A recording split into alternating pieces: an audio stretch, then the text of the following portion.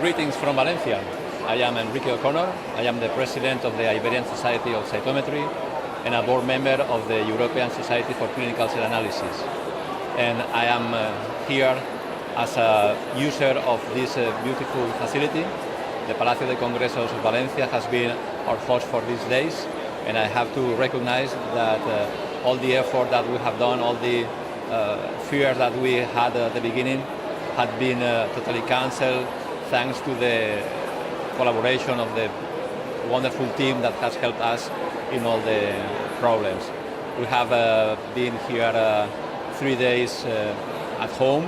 We have people from all parts of not only Europe but also from America, from Asia, and the comments are all the same.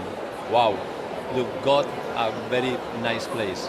And of course, this is the best Palace of Congress this year in the world, and we know that this is not only for this year, it will be forever. So don't be afraid of bringing your activity here. It's rewarding, you will be happy, you will be comfortable, and of course you will have a lot of friends that will ask you to come back to Valencia. Good luck.